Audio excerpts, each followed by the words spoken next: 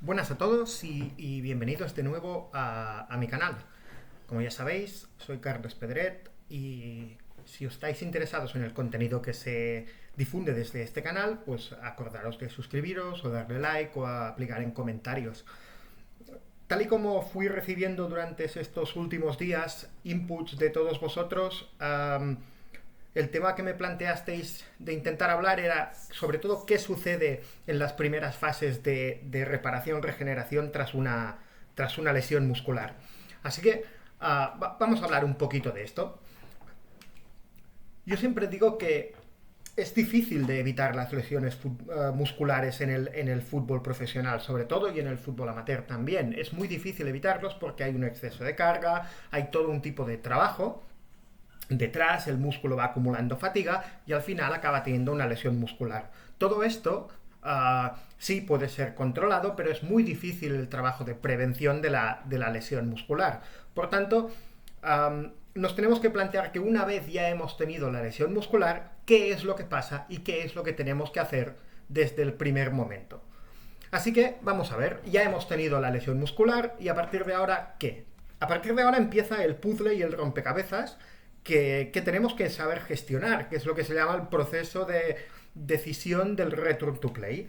Y esto es un puzzle. Esta gráfica, los que habéis visto alguno de mis cursos, la habréis visto muchas veces, pero realmente es muy ilustrativa y es que desde el primer momento tras una lesión muscular, empiezan unas fases a nivel histológico, a nivel del foco de lesión, y estas fases son una fase de degeneración, una fase de inflamación, una fase de regeneración y finalmente una fase de fibrosis. Si nosotros no hacemos absolutamente nada en este proceso, esto seguirá este curso, esta lesión seguirá este curso, es decir, acabará haciendo una cicatriz fibrótica. Siempre que existe una lesión muscular, musculotendinosa, siempre hay un cierto grado de fibrosis porque es inevitable, porque es la historia natural del tejido al llegar a la fibrosis.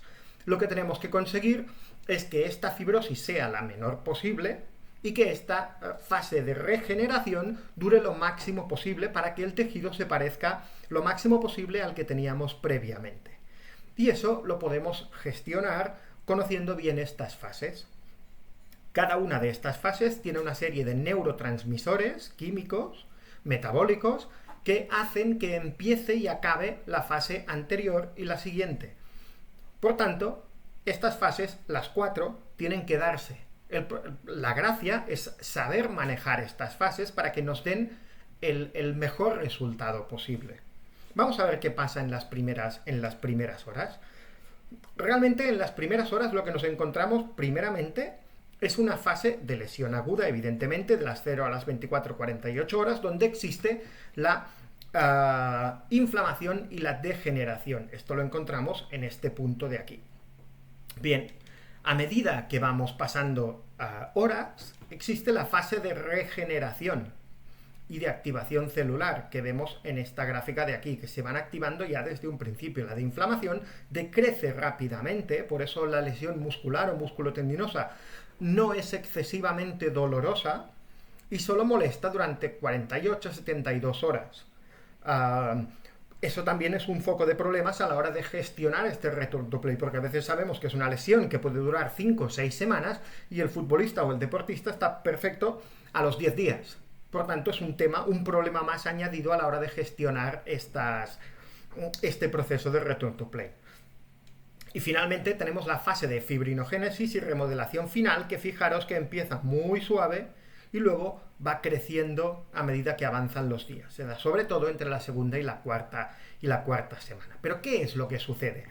Este es un artículo clásico del 2005 que recomiendo su lectura porque es muy explicativo de lo que sucede en estas fases, y lo que comenta principalmente es que en el día 2, las primeras 48 horas, lo que existe es una necrosis, una degeneración de la zona de lesión, donde se activan los macrófagos, limpian toda la zona, limpian todo el tejido muerto o todo el tejido que se ha roto, y los fibroblastos empiezan a crear tejido cicatricial a partir de esta zona central y expandiéndose hacia la periferia. A partir del día 3, 72 horas, ya se activan las células satélite, Las células satélites son las creadoras de músculo, entre comillas, son las creadoras de tejido y ya se activan a partir de las 72 horas. A partir del día 5 se fusionan mioblastos y miotúbulos, como observamos aquí, y se genera un tejido conectivo más denso a nivel central. A partir del día 7, las células regeneradas se expanden y empiezan a dar forma a la cicatriz. A partir del día 14, esta cicatriz ya es de un grosor más pequeño, más estilizada, y se cierra, entre comillas, el agujero o la brecha que teníamos a nivel central que teníamos aquí. Y finalmente, sobre el día 21, las miofibrillas regeneradas, entrelazadas y con una muy discreta cicatriz fibrosa de tejido conectivo. Bien, esto es un proceso complejo porque realmente gestionar esta fibrosis, y cuando nosotros lo vemos, por ejemplo, en pruebas de imagen, realmente vemos que cuando una cicatriz es correcta, es una cicatriz negra en las pruebas de imagen, en resonancia magnética principalmente, negra y mucho más estilizada, y que en cambio a estos niveles lo que observamos es una cicatriz mucho más aberrante, mucho más gruesa, y eso nos indica qué edad, entre comillas, tiene la lesión, y podemos también gestionar en función de cómo vemos los tiempos. Si estamos ante una persona o un deportista que cicatriza más lentamente, o si es una persona que cicatriza mucho más rápido. Conociendo estas fases podemos saber qué edad tiene esta lesión y en qué fase nos encontramos, y si vamos en los tiempos adecuados, vamos más lentos o vamos más rápido, y en función de eso podemos gestionar también la carga de trabajo. Por tanto, en mi opinión, como siempre digo, las pruebas de imagen siempre nos dan un plus a nivel de la gestión del return to play. Es un plus más, como siempre. No es lo único, eso ya se sabe. ¿Esto qué nos indica? Esto lo que nos indica principalmente es que las lesiones del tejido muscular nunca pueden estar cicatrizadas antes de 21-28 días. En esta diapositiva, que también pongo habitualmente del doctor Marota, se ve estas imágenes histológicas donde vemos que a los 21 días, todavía 21-28 días, todavía quedan restos de esta lesión muscular. Evidentemente, nosotros ponemos muchas veces a jugar jugadores en menos de 3 semanas, pero siempre esto es jugar con lo que hablamos del riesgo-beneficio del proceso de return to play. A veces, por la posición en el campo, por el tipo de juego, por la necesidad del partido, podemos intentar forzar un poco más o un poco menos. Pero tenemos que saber que biológicamente e histológicamente una lesión muscular no está completamente reparada antes de los 21 días, es decir, antes de las 3 semanas.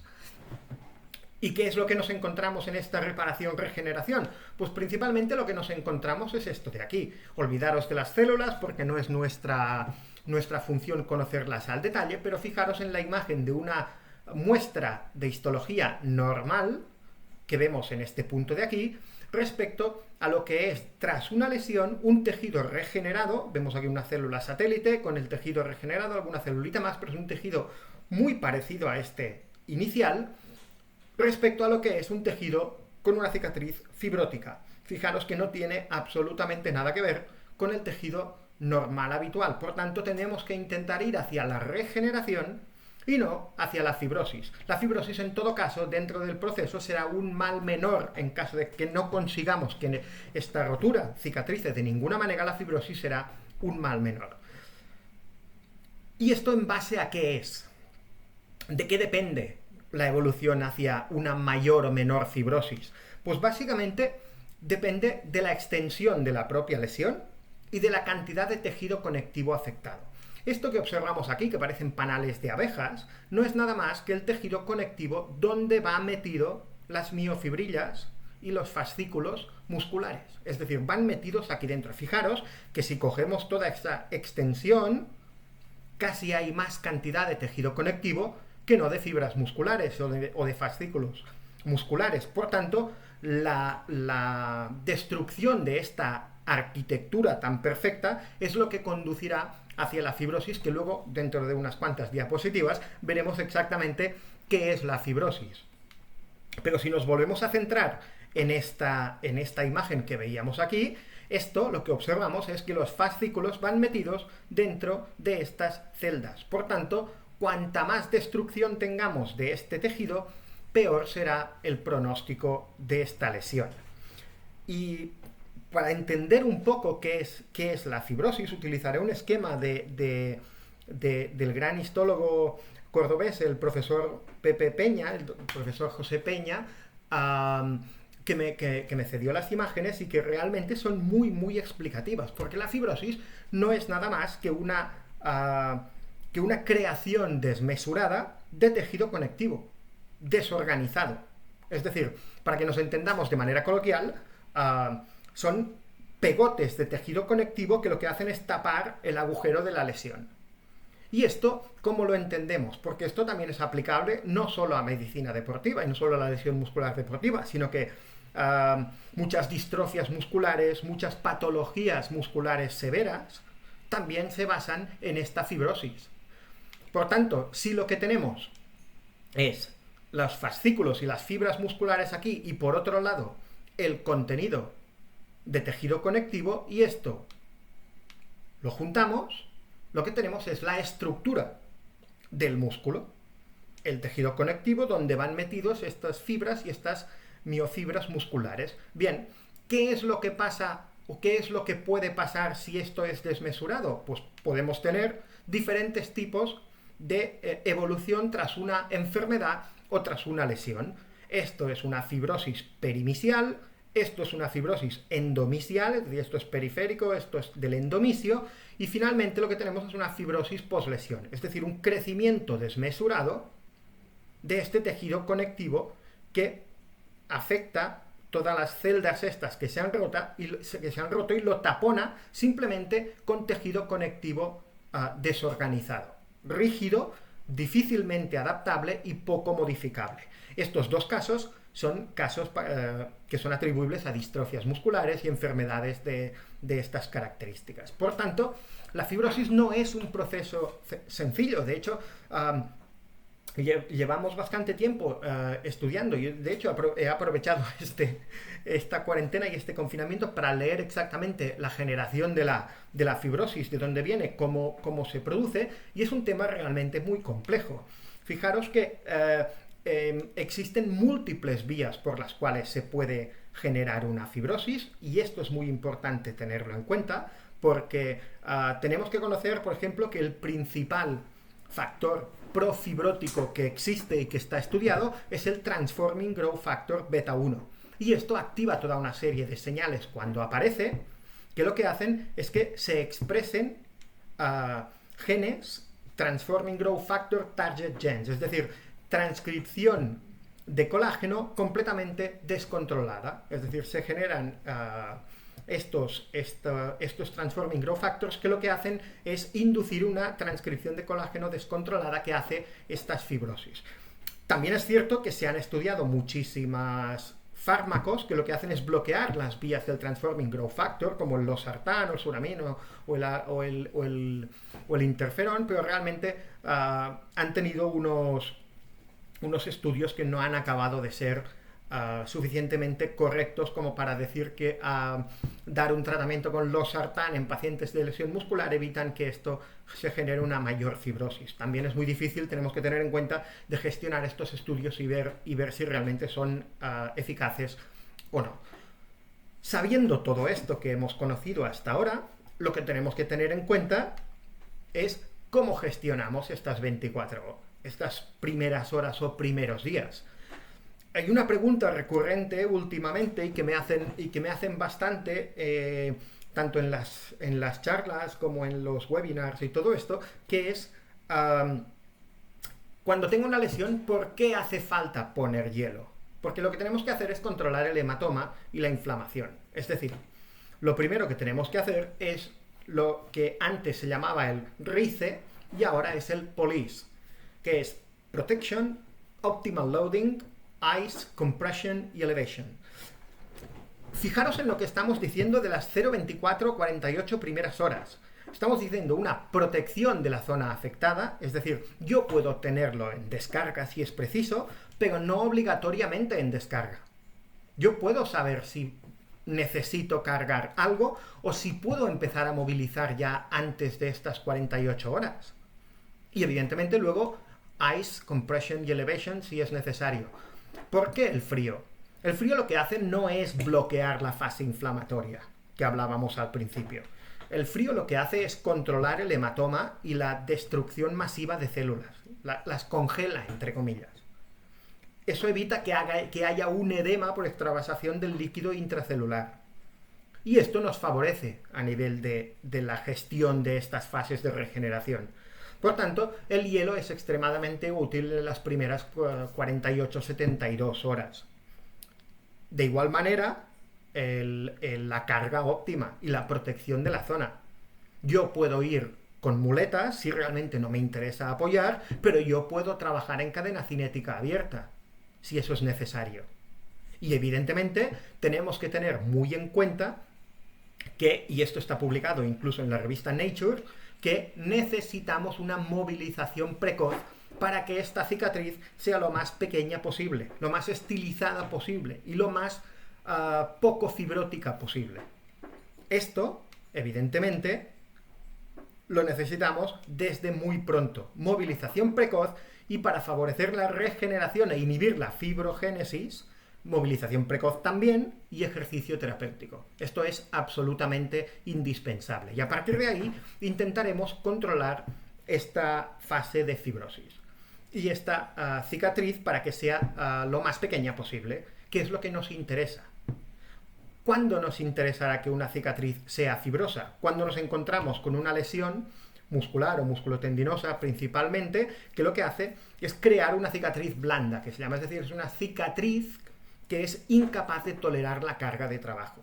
Es decir, cada vez que le exigimos vuelve a romper y siempre tenemos una rotura continua. Entonces, como este tejido ya está tan degenerado, es muy difícil que vuelva a su condición normal. Por tanto, la solución menos mala será una cicatriz fibrótica que luego ya gestionaremos. Pero a nivel primero, lo que nos interesa es al menos que eso cicatrice. Y luego ya intentaremos gestionar cómo podemos domesticar un poquito esta cicatriz. Por tanto, puntos clave a tener en cuenta de lo que hemos comentado de estas primeras fases de la reparación-regeneración. Desde el inicio, tras una lesión muscular, se desencadenan desde el minuto cero las fases biológicas que hemos comentado y que inician ya el proceso de reparación-regeneración. Conocer estas fases y sus tiempos es muy importante, sobre todo para no interferir negativamente. Se debe empezar a trabajar desde las primeras horas, ya sea con terapias físicas, como puede ser el hielo, o con terapias como la movilización precoz o como el ejercicio terapéutico en función del tipo de lesión. Siempre, evidentemente, para poder gestionarlo adecuadamente, necesitamos un diagnóstico correcto y lo más preciso posible. Y sobre todo cuanto antes, porque de esta manera agilizamos el tratamiento. Intentar ir siempre hacia la parte de regeneración, como hemos comentado, mediante la movilización precoz y el ejercicio controlado, y no tanto hacia la reparación, que lo usaremos en caso de que realmente no podamos conseguir una regeneración de estas fibras musculares. Y la fibrosis es un tejido de formación y evolución muy compleja, sobre todo a nivel biológico. Por tanto, si nosotros queremos que una cicatriz fibrose, que una lesión fibrose, no tenemos que hacer nada. La dejamos a su evolución y en 3-4 semanas ahí tendremos una fibrosis. Claro, después tendremos el problema de regestionar, readaptar todo el tejido circundante. Si nosotros queremos que esta cicatriz sea lo mínimamente fibrótica posible, lo que tenemos que hacer es una movilización precoz y un ejercicio progresivo muy bien pautado y estructurado. De esta manera tendremos una cicatriz mucho más estilizada y mucho más adaptable y un tejido mucho más parecido al inicial. Bien, os animo, como siempre, a dejarme en comentarios o donde sea vuestras dudas, vuestras impresiones acerca del vídeo y poca cosa más. También siempre va bien que me comentéis, como habéis hecho en este caso, qué tipo de vídeos os interesan más para poder gestionar y intentaremos adaptarnos un poquito a todo eso. Os animo también a que os suscribáis, veáis los vídeos, le deis al like, siempre va bien a estos niveles. Y sin más, aquí estoy, ya sabéis. Gracias.